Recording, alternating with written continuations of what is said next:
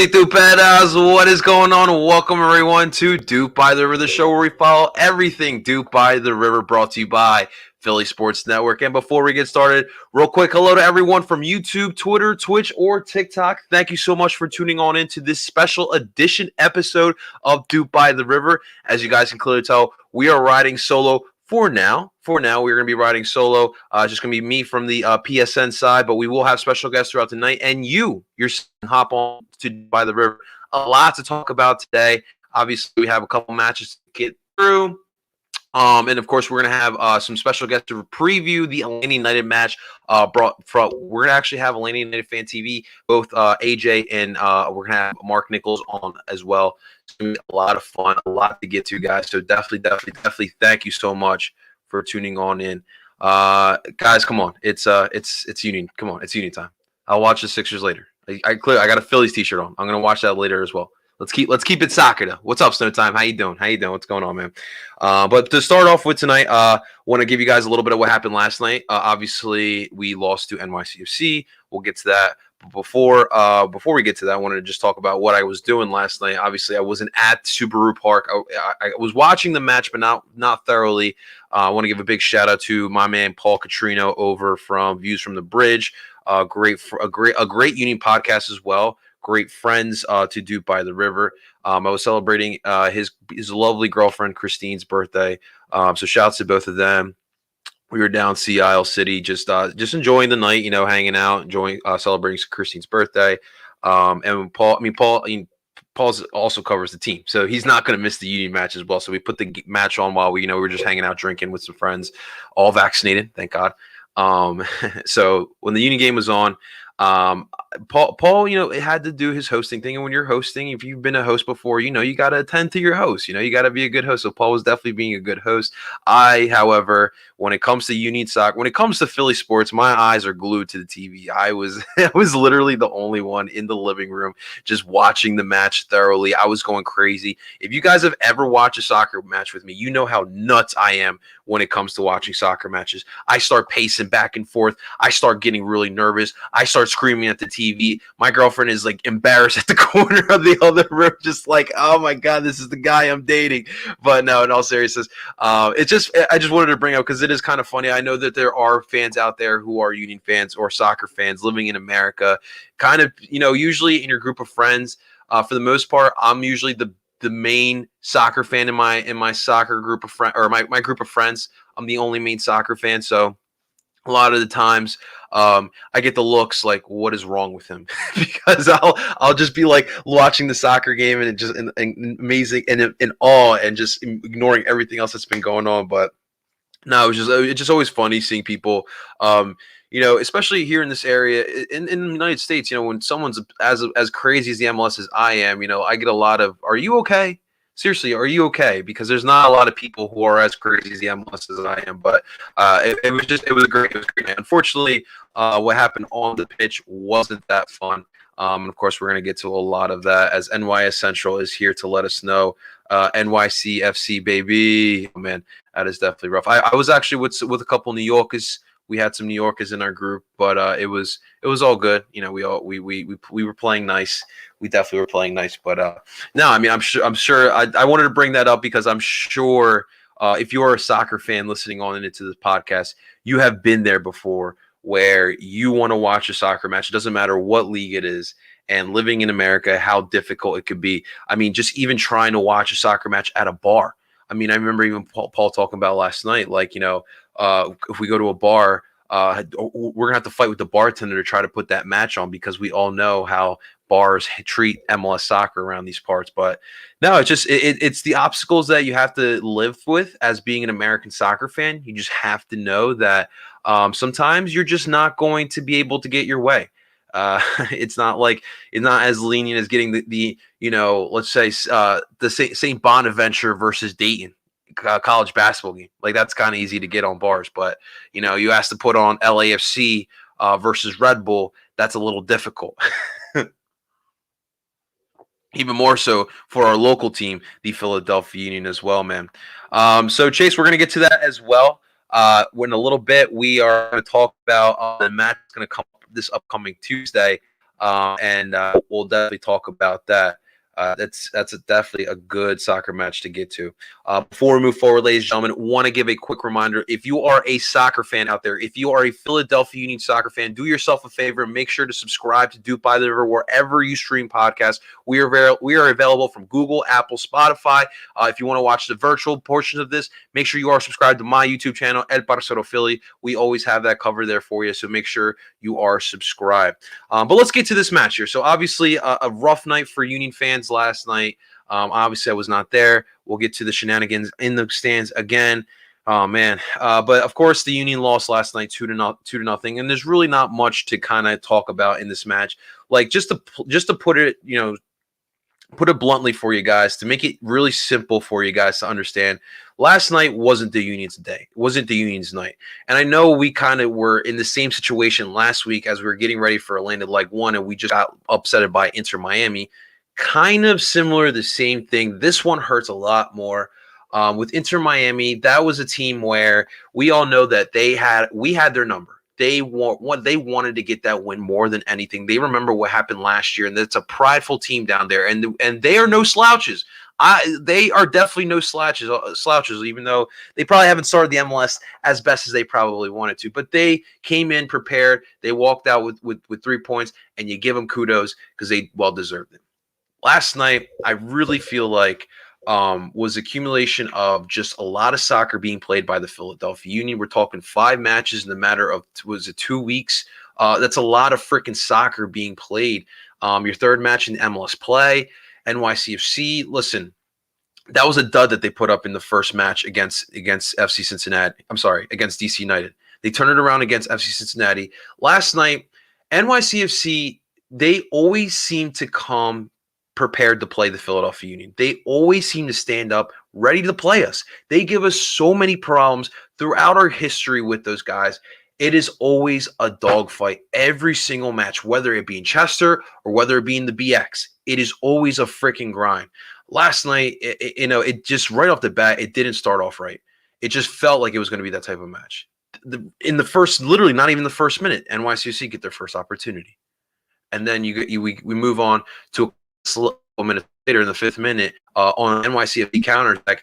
Jesus Medina, boom, goal on a crossing from, I forget, his name is I'm missing right now, but Jesus Medina was determined to put that bad boy in the corner of the net, and it was 1-0 right there. A couple minutes later, El Brujo, we got to talk about El Brujo. El Brujo gets a red card on a play where I would say that El Brujo needs to do better on. I love the intensity that Jose plays with. I love it. He comes out, he sets the tone, and it really is a chain reaction with the rest of the Union. But you have to be more smarter, and you have to be more conscious in that. As much as I hate Valentin Castellanos, as much as I enjoyed seeing him get karate chopped, yes, I did. I don't want to see him get hurt. But, Valentin Castellanos, how many times do we see that mother effer diving and crying for nothing? He needs a little taste of his own medicine. And Brujo, though, however, needs to know that there are other ways to get back at Valentin Castellanos. You know how you get back at a-holes like Valentin Castellanos? You put it on the scoreboard, and that's how you get back at guys like Valentin Castellanos. You put it on the scoreboard, not with the cards. So now we're talking about El Brujo going to miss Tuesday, and he just missed last night, and now due to red card suspension rules, he's going to mix the next MLS match as well. This guy is so important for what we do on the pitch, so important, and I'm so curious who is going to step up for Brujo come Tuesday, because you know who's going to come up, and we're going to talk about a little bit. But an Atlanta United team that just got embarrassed on their home pitch, and you know damn well they ain't going to be no slouches coming up here. So I'm really curious how Jim's how he's gonna handle this whole situation, because we saw this act last season, and that was your first year. You can give him a little slide last season for a couple of those bad plays that he demonstrated. But for right now, he is a leader.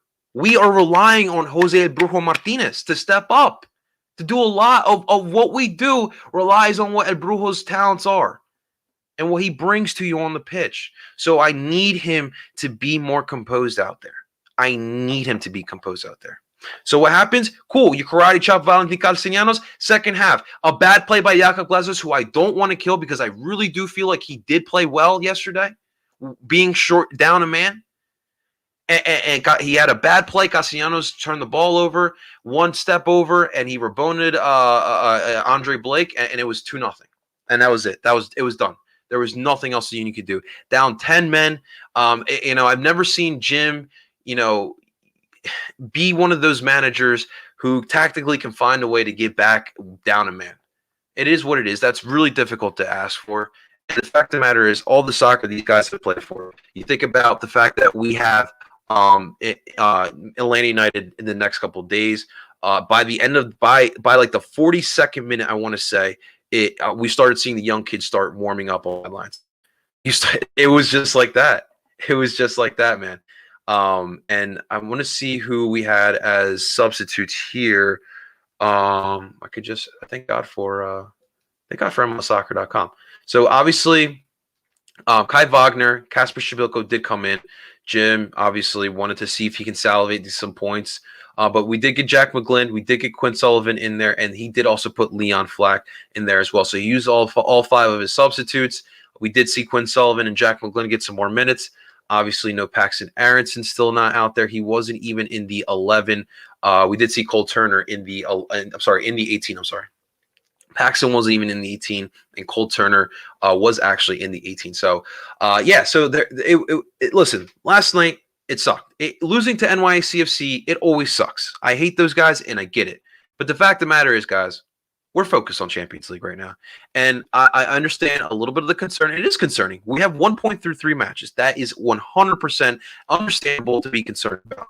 But I've seen in this league before, teams starting off super slow. I mean, even the year when Wayne Rooney came on, those guys were in last place for the half of the season. Wayne Rooney came on, and boom, those guys made the playoffs. Not saying we're going to get that type of run with a player like that, but I'm saying it's going to be all right. It is definitely going to be okay. Wait till it starts getting a little warmer. Chester is going to get a little more lively. We'll get some more fans in the stands. It's going to be all right. It is definitely going to be all right. You change your logo on the right. Am I? I don't know. I guess I didn't. Were you talking about like the DOOP by the River logo? I don't know, man. What's going on, Kala? DOOP. How about the Phillies? Yo, everyone, please. A round of applause to my man, the Philly sports guy, who I will definitely talk to tomorrow. But the Philly sports guy, the way he represented the city of Philadelphia this weekend at the NFL draft, I have never been prouder with the coworker than I have with the Philly sports guy. He really has represented. And the fact is, the week before, you see him in Saturday at Subaru Park representing the Philadelphia Union. Week later, he's in Cleveland representing the Eagles at the NFL draft. That is why we love the Philly sports guy. That is why we love him. El Brujo disappointed the team, in my opinion. Elbowed the guy 3 times. I agree. Composure is needed with El Brujo. I 100% agree. As much as I hate Valentin Castellanos, composure is needed there. Absolutely. Who do you think will win the CCL? Josh, stay tuned to find out, my man. Last night, I thought Paxton could get some minutes. Tim gave kids some time. Tim. What do you mean, Tim? Tim gave kids some time. Why am I? Who's Tim? DOOP versus Liga MX will be crazy. Please, Brujo, don't get too. I agree. I 100% agree. And think about it. I don't really want to get too bad. But if we are thinking about potentially playing a club like Club America, and Brujo cannot be doing those type of antics. Just saying. It's like TFC Pozuelo came halfway through a season, and TFC made the MLS Cup, so it's okay to lose some at the start. I agree. I'm not concerned. Now, let's say through 10 matches, these guys have like 3 points. You should be concerned. 100%. You should definitely be concerned.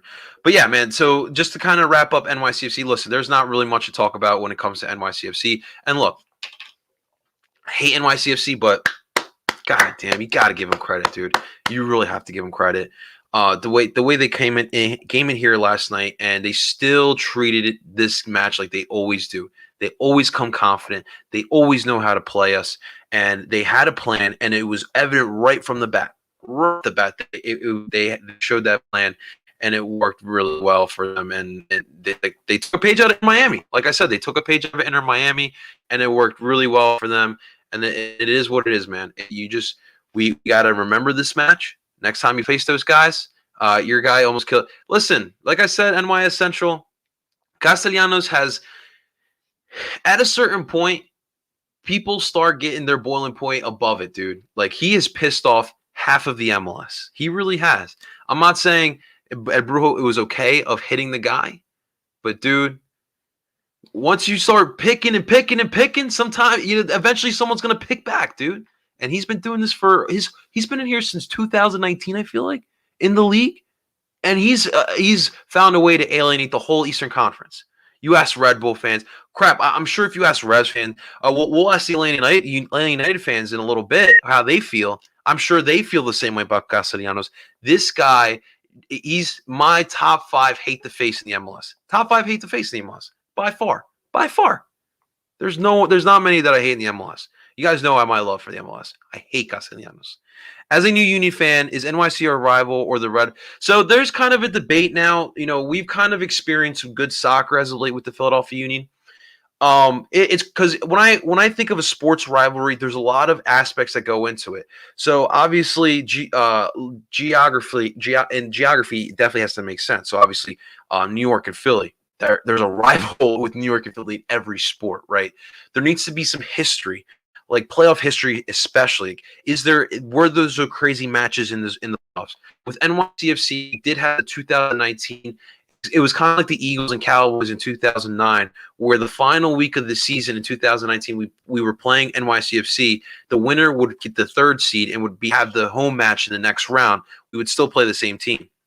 We lost that last game. That meant we had to go back to the Bronx to play those guys. We lost that game again. So we have that one match. But to me, if you're asking the Red Bull, I still hate those guys. It's still the Red Bull.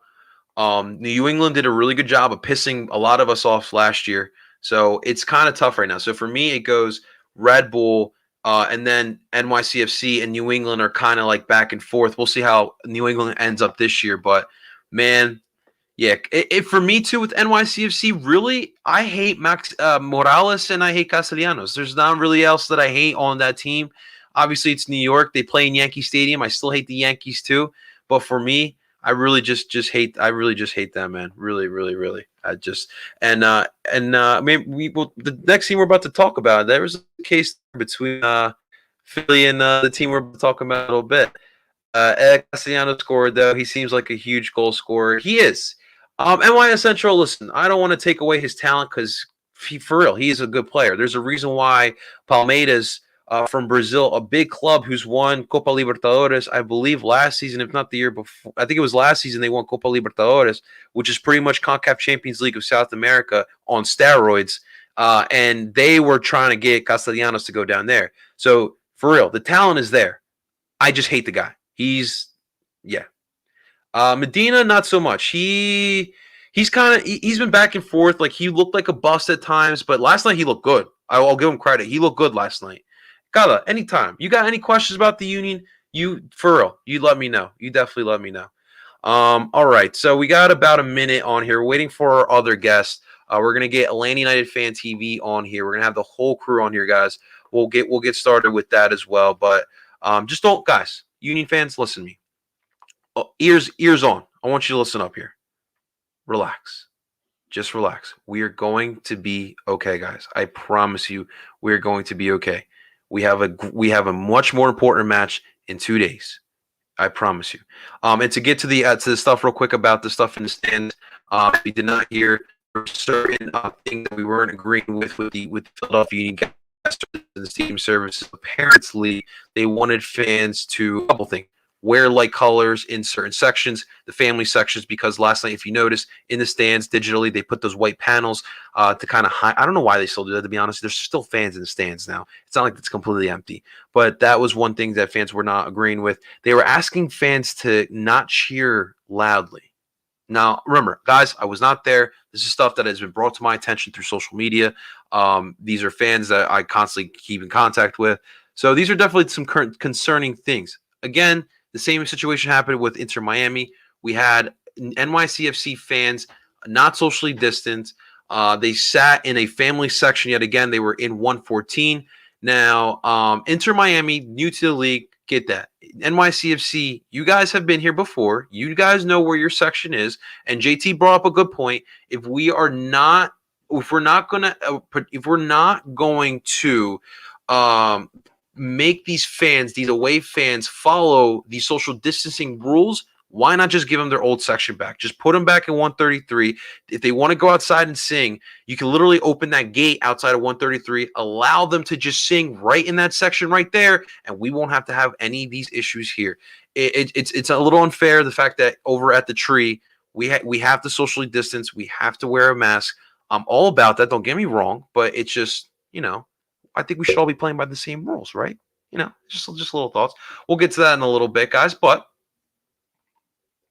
without further ado, let's bring on our special guest here, ladies and gentlemen. Look, in about 2 days, we have business to finish. We did a great job last Tuesday in the Benz, a place where historically we do not play well, ladies and gentlemen. But on Tuesday, we have to finish the job. The job is not done. All right, we have a tough Atlanta United team that's coming up here who are still pretty talented. And last night did not look good. And remember, like I said, we're not going to get elbowed. But without further ado, ladies and gentlemen, please welcome on here Atlanta United Fan TV. We got AJ and we got Mark. Gentlemen, how are we doing here? Not too great. I've definitely been better. I'm a little sad right now. To cheer myself up, I decided to break out an old favorite shirt of mine. Yeah, that's 2018. We may not have 2021, but we all have 2018. See, this is what I'm talking about. We invite Atlanta United and they start flexing on us right off the bat. Something we don't have here in Philly, man. Jeez. But at least not yet. I like that. I definitely like that. Yeah. Gentlemen, first off, thanks so much for coming back on here, man. You guys know my appreciation for Atlanta United Fan TV. Obviously, guys, reminder, I will be on Atlanta United Fan TV on Instagram Live tomorrow at noon. We'll be previewing the match over there as well. But gentlemen, I guess, we'll get into New England, but I want to get your point of view because we haven't heard from you. What the hell happened last Tuesday, guys? AJ, we'll start with you, man. Oh man, yeah. Well, I think we got played off the park in terms of efficiency a little bit by you guys. We definitely, I think, are missing in that kind of clinical department for sure. We played you well, really, really well in the first half. I mean, yeah, I agree. Probably should have put away some chances. It could have been arguably at least 2-0 maybe if we had been just anything close to 2018. But alas, Jose Martinez still working his way back from injury. Alicia Lopez, unfortunately, missing because of personal reasons. Yeah, you have the issue. You have that issue that we planned for at the beginning of the season. Like, yeah, we need a lot of strikers, but no one so far can really put the ball in the back of the net with really a reliable efficiency. And then that second half, Jim Curtin made the proper adjustments. That experience showed, and you guys took care of us. I mean, that's Zaroko, he's a damn good player, and happy to have him. Yeah. See, so here's the thing. I mean, obviously, Philly sports fans, we're never fully content, right? Listen, I love Casper. He's scored some really important goals in our young history. The issue, what we criticize him with, is sometimes, we have this mantra because he's obviously Casper. You think of Casper, the friendly ghost, right? So no. So sometimes we will say, like, we love Casper, but we don't want you to be the friendly striker. We want you to be that fierce, when Joseph was in his prime, like, he was ballsy, like he would put the middle finger up at you, not literally, but with his play, he would put up the middle finger. And we kind of want that a little bit in Casper because we could see it. Like, Tuesday was evident; it's there, but we just want that on a consistent basis, there, man. Real quick, AJ, I just really, now that you're here, wanted to thank you for having Mike Kettelberg on the post-game interviews.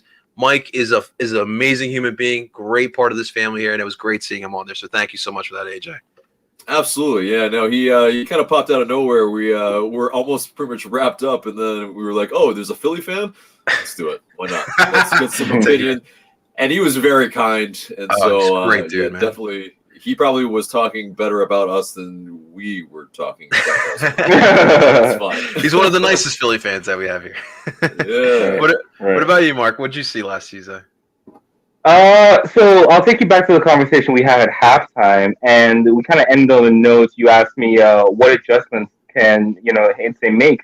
I really didn't have an answer because we were playing so well. But Jim Curtin is the one who made the adjustments, and yeah, at the end of the day, I'll repeat something that I said on Twitter. I think Philadelphia tapped into their experience more than anything else, and they suffered in that first half. I thought Andre Blake was very good in the sense of he was decisive. He stood tall when he needed to, and they weren't the most spectacular saves, but I thought he was locked in that first half.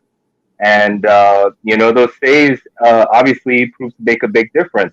The other thing I want to remind you too, that 2019 playoff game, Shabelko, if I remember correctly, did not make the trip. And so, you see the impact of a player like him. I mean, right. And even to your point about him not being the friendly striker, I mean, he was, things kicked off right at one point, and Shabelko and Guzan were going at it. And I mean, like, Guzan's not a small guy, and so. But yeah, I thought, just to tag on what AJ said.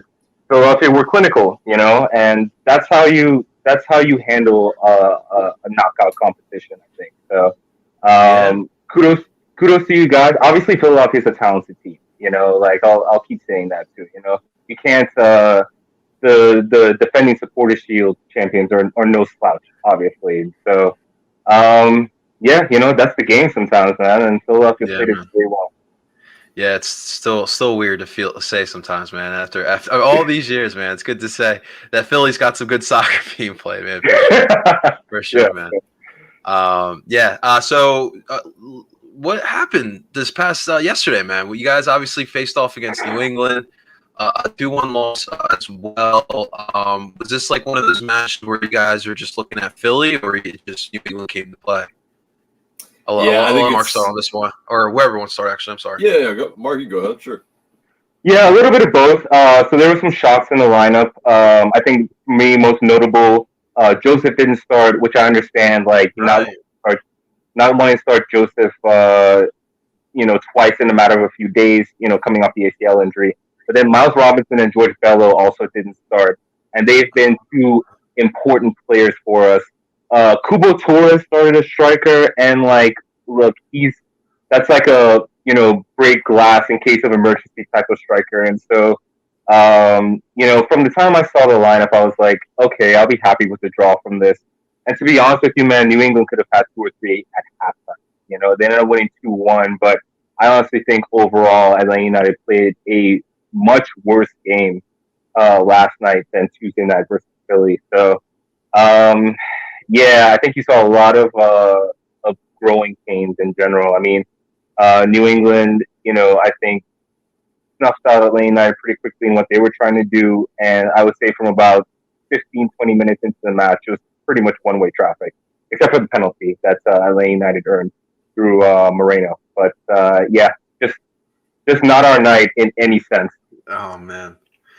What did you see there, AJ? Yeah. Lineup definitely didn't inspire a lot of Atlanta United fans for sure.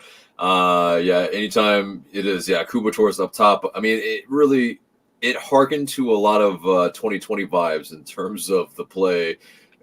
Very lethargic, very plotting, just kind of something that leaves fans feeling just like dread. Just what's gonna happen? How bad are we going to lose it here? Because Carlos Heel for New England Revolution, he fashioned just every single chance that every time he was on the ball, pretty much at least 5 key balls that could have been put in. We were probably lucky not to get smacked up even more, but we were actually very lucky to be level at the half, and that second half even worse than the first half. And it's one of those things. I mean, Alan Franco coming in, taken off at halftime. Not the best look there. Miles Robinson comes in.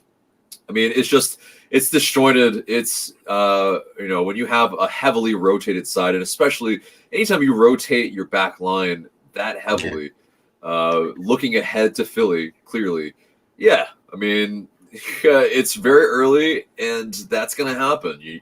There's not a lot of continuity, and then there's not any goal scorers, and especially Jurgen Damm comes off early with a hamstring.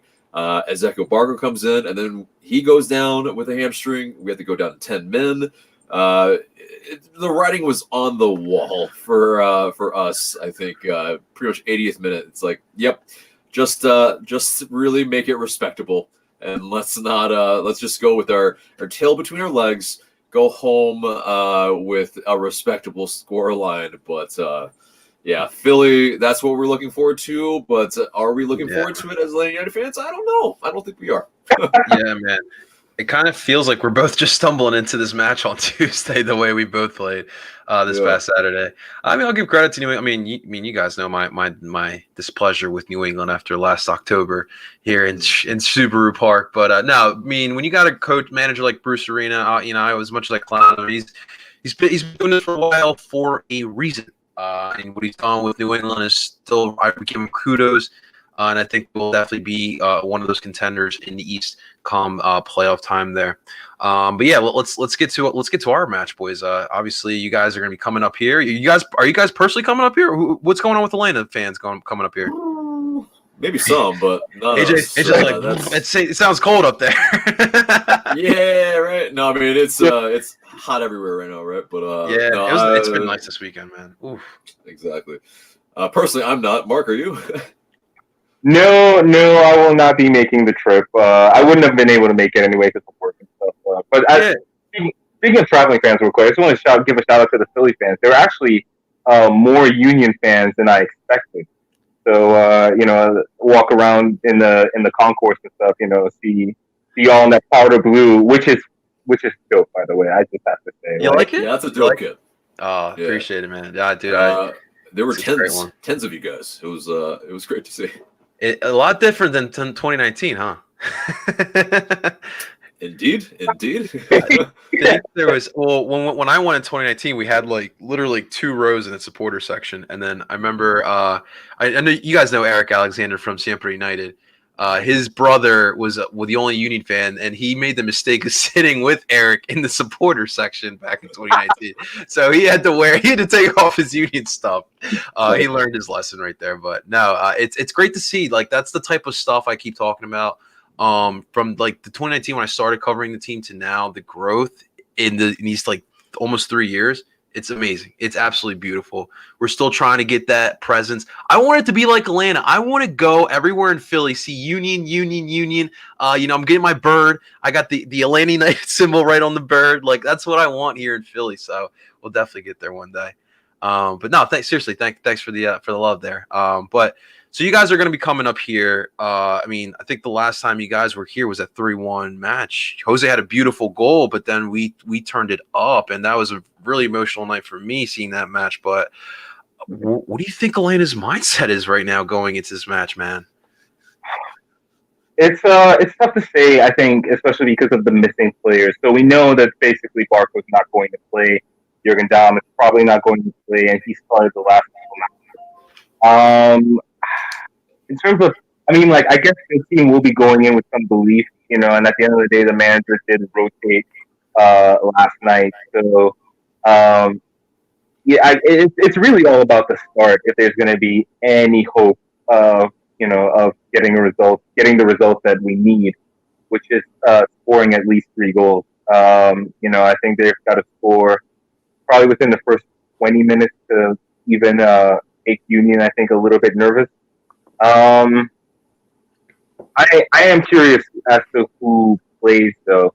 There is one player in particular I'd like to see play, and that's Eric Lopez.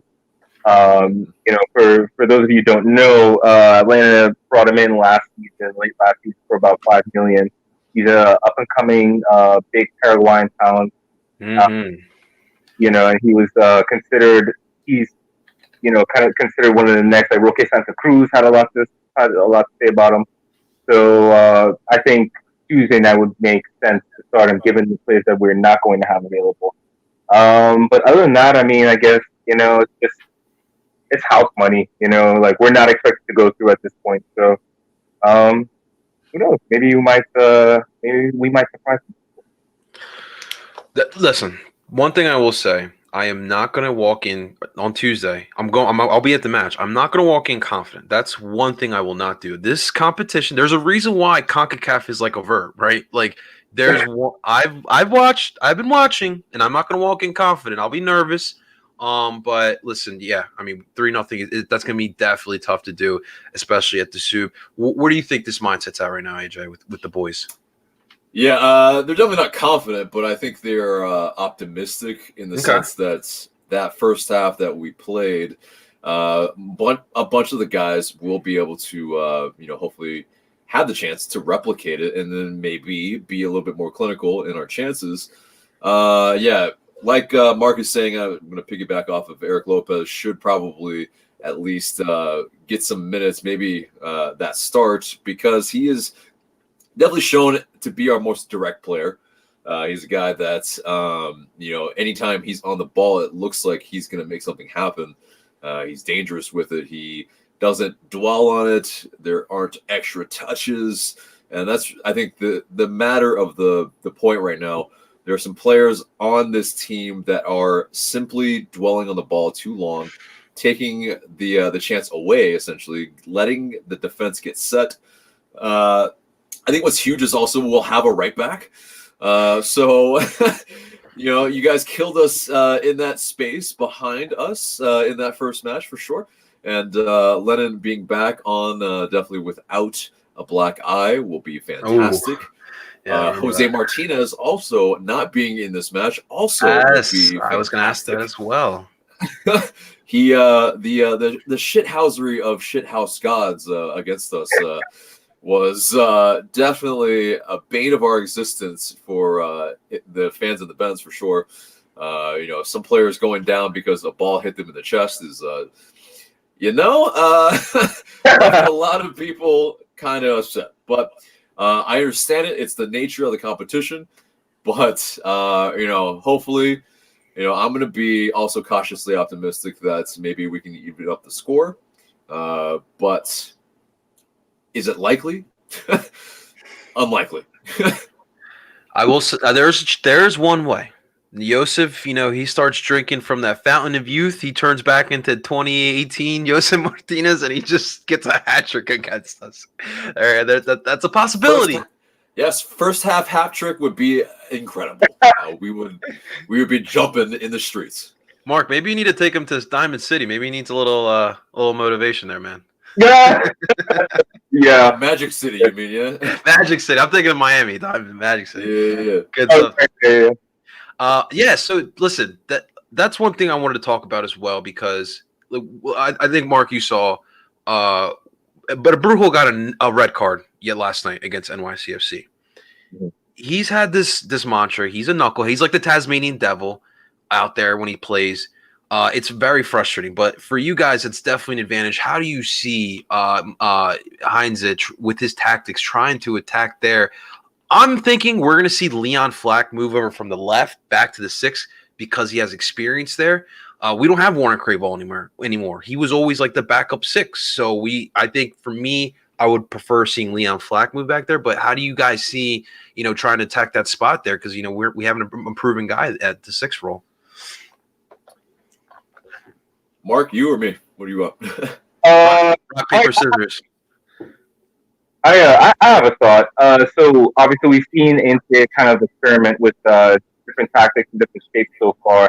I'm curious. I wonder if this is a match where we'll see sort of a 4-2-3-1 type of shape.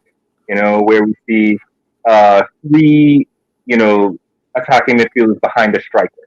Especially, from the perspective of there is going to be urgency in this match. We are going to need goals, and if you don't have a sure your regular starter at the 6, maybe that's a space that's Atlanta United can exploit. But it's tough to say what exactly Inter is going to do because we are early into the Inter experience, so It's tough to like identify trends right now. But I mean, like at the end of the day, it's about I think for Inter and Atlanta United this season anyway, it's going to be about intensity. You know, a lot of pressing. You know, winning the ball back in good areas. I think ultimately that's what he's trying to accomplish, no matter how he's team up. So, you know, and that's really the only way Atlanta United have any chance in terms of turning this tie around. Okay. Yeah, I think for me, Marcelino Moreno has kind of been played out of position a good bit. You know, being played on the left or maybe the right, not playing through the center as a kind of you know, driving forward kind of 8 that can, I think, unsettle a defense when he's just dribbling at you at pace. Because yeah, let's face it, you know, fullbacks are probably a little bit pacier than maybe some 6s or some defensive midfielders. That's just usually the case. And Marcelino Moreno playing that way a little bit for us last year definitely looked a lot more dangerous. You know, he could be a guy that could, I think, open some doors if he's played in the right position. Eric Lopez played on the left would be very, very helpful, I think, to have someone that is willing to run in behind and in preseason had been scoring goals. So maybe the reliance on Joseph Martinez isn't as heavy. And, you know, Mulroney had been carving up some folks. Just don't let him, you know, have to do too much defensive work and we'll be okay. And, you know, I think that's a pretty healthy attack if we can, you know, also maybe include Emerson Hyndman. And into that, we'll be very attacking. It's just a question of if you guys are going to play 2 strikers, which normally you do. And hopefully you guys don't nullify Sosa for us. But I feel a lot better now that we have a right back. So it's, you know, it's definitely, I think there are some places that we can really, I think, hurt you guys. It's just a matter of, like we said, the clinical ability that we currently lack. Right. For the formations, yeah, listen, with Jim Kirchin, it's always been like this. He's always been one formation type of dude. For the most part, he likes to run with the same 11. You've heard me last time we played the Maurizio Sarri effect with Jim Kirchin. But before Ernst Tanner was here, we had Ernie Stewart, and we ran a lot of 4-2-3-1. It was heavy possession soccer we were playing.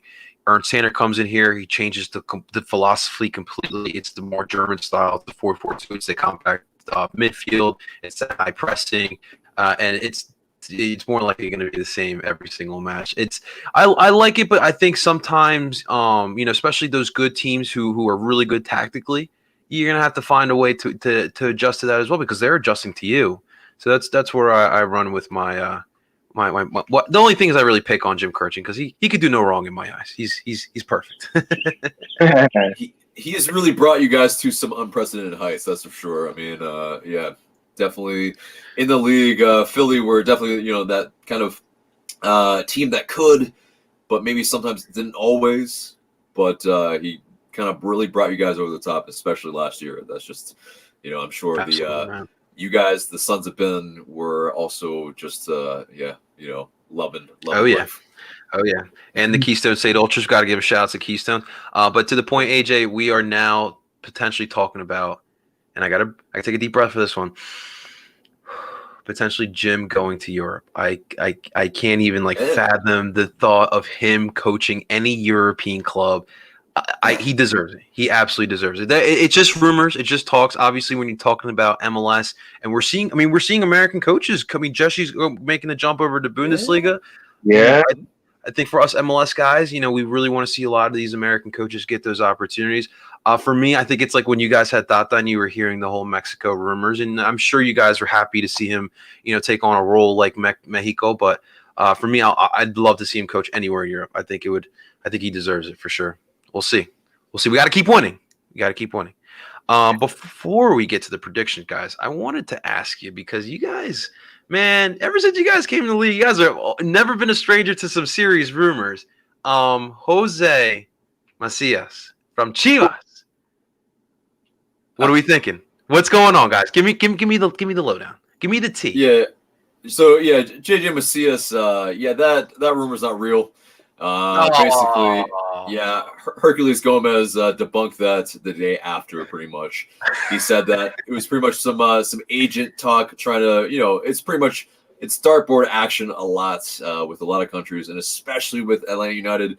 I mean, it's big club things. It's just really what it is, and it's understandable that we're always linked with a lot of big players and whatnot. It's not our fault. But a BN Sports reporter kind of got kind of strung along with that, and that's fine. We'll put it out there in terms of that's a rumor that's linked with a big company, with a big channel, all that type of stuff. But was any Atlanta United fan ever really taking it seriously? I mean, it just didn't make any sense. Like Jose Martinez. Just getting back from injury. This is the biggest thing. The season ticket holders received a little tiny statue of Jose Martinez. No way. You think the club is going to move on from Jose Martinez almost immediately, when he's not really quite in form. I mean, it's just, the implausibility was rife. So, it's just one of those, everyone else might have thought like, oh, there might be some legs to this. There's a big channel included in this rumor, but really, Atlanta United fans, we're at less than 1%, I think, of the plausibility. Hey, I definitely had to ask. And man, I would love to know what it's like to have your club involved in some big club rumors, man. That must feel really cool, man. I mean, can you imagine, like, I just wake up one day and it's like Kai Wagner to Chelsea. Like, what? Kai Wagner to Chelsea? Like, I wish I could have that opportunity. Or a guy like Lewandowski wants to come to Philly. Like, I would never even see that happen in my lifetime. But it's must be cool. Must be cool. You never know. I mean, I think Inter Miami fans probably have even more of that feeling than we do, because we're not linked with the likes of Messi or Ronaldo or. AJ, let me tell you something though. You still got to win, man. You still got to win. Oh yeah. I mean, we know why they get linked, because Beckham and all that, but it's just, of course, come on, like the best they're gonna get is a washed up Higuain. I mean, that's still touchy here too in Philly, AJ. Yeah, the whole family killed us, man. Oh man. Yeah, that's true. Oh man. All right, guys. Let's get to it, dude. All right. So I'll start with AJ here, man. Give me your thoughts on this match. What do you think is going to happen, and the final score prediction? Yeah, I think Joseph gets his first of the year. I think he finally breaks that duck a little bit. In a place he likes to play in. In a place he likes to play in. This is true. And I think if Eric Lopez plays, I think he scores. So, but also, I think we just look more solid with a little bit more of our guys back. And Ezequiel Barco and Marcelino Moreno not being on the same pitch at the same time, we don't have guys that are going to dwell on the ball. That allows us to play a little faster, maybe a little bit more one-touch, which is absolutely what we need. And that can really, I think, unsettle your defense a lot better than, I think that New England match and the second half against you guys. So I think you guys are going to score, though. I think it's going to be a 2-1. And as he disappears. But yes, I think it's going to be a 2-1, which we win the match, but we lose the tie. So. Okay. All right. What about you, Mark? Okay, so I just want to point out that AJ and I did not talk about this before we came on here. I have not spoken to you today. Yeah, right. So I do kind of have similar thoughts. Like, I even think that Atlanta United may score first. I think we'll come out playing the type of. I think that they'll look a lot better than they did last night versus New England. And so, maybe make the Union sweat a little bit, but I do think the Union will get at least one goal. And I'm thinking like a 2-1 in the end. So, a win in Philadelphia, but Philadelphia still go through the semifinals.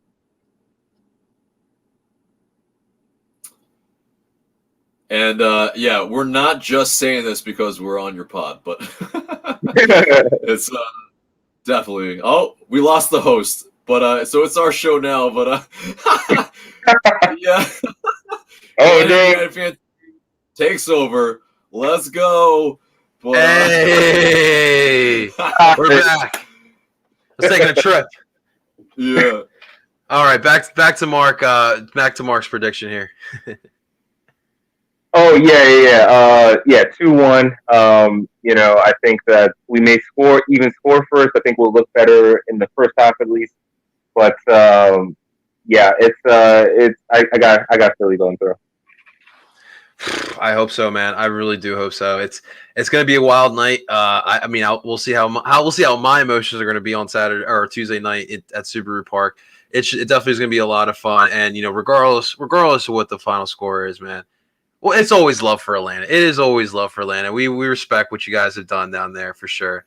And I'm sure we'll see each other later on and down the season as well. For sure. Indeed, we will. Yeah. Hopefully, whatever our predictions were, they don't come true, and we actually find some miracle in maybe a 4-3 win or something, or maybe we win in penalties. But, like always, best of luck the other parts of the season. Yes. But not against each other. Absolutely. Big thanks again to AJ and Mark, guys. Make sure, if you ever want to check up on some Atlanta United news, everything Atlanta United, if you are an Atlanta United fan listening to this, make sure to check out Atlanta United Fan TV on YouTube. Make sure to follow them on Twitter and Instagram as well. They are a great follow. Mark and AJ, again, seriously, thank you so much for hopping on in again. We'll definitely talk soon. Thank you for having us, John. Much love, man. Take care, Philly. Absolutely, guys. Thanks so much for tuning on into Dupe by the River. We'll be back on Wednesday to recap this match, and we're going to look ahead to next week. I go by the name of Parcero Philly. I'll talk to you guys very soon.